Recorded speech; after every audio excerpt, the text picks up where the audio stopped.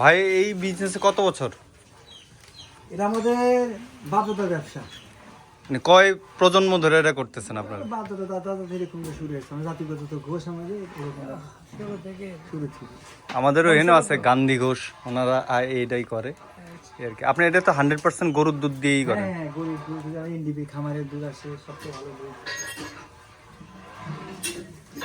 আপনারা কি কি করেন এখানে? আমরা দই, রসমালাই, খিসা, মিষ্টি, টক দই, মিষ্টি দই।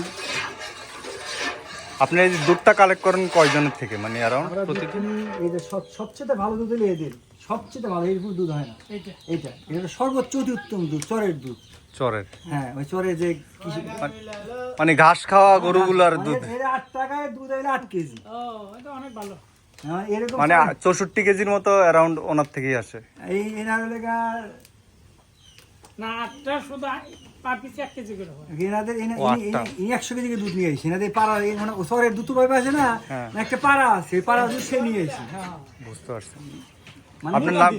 হ্যাঁ, মূলকান্দি চর। মূলকান্দি চর। চর এখান থেকে চরে যোগাযোগ ব্যবস্থা নাই ওখানে। এখন এটা কি করতেছেন? এটা এটা দই হবে। এটা দই হবে না? আর পরেরটা ওটাও দই? ওইটাও দই, ওইটা টক দই, ওটা রসমালাই। ও, রসমালাই হবে না? এটাও দই, টক দই।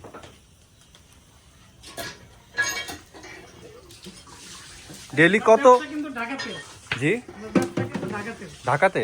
আপনি ঢাকাতেও সাপ্লাই দেন? হ্যাঁ, ঢাকা উত্তরা, খিলক্ষেত, মহাখালী, মিরপুর, টেকনিকের, আব্দুল্লাহপুর। বুঝতে পারছি।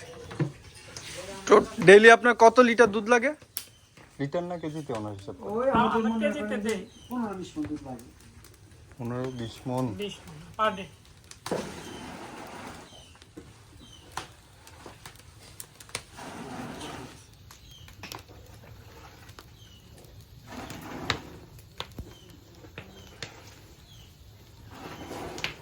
আপনার এখানে টোটাল কয়জন লোক কাজ করে? 2-3 জন লোক কাজ করে। 3 জন লোক কাজ করে। আমরা নিজেরাই কাজ কাম করি। আর নিজেরা ওনারা পরিচিত। নিজেরা আছে, নিজেরই মানে 3-4 দিনে পার হয়ে যায়।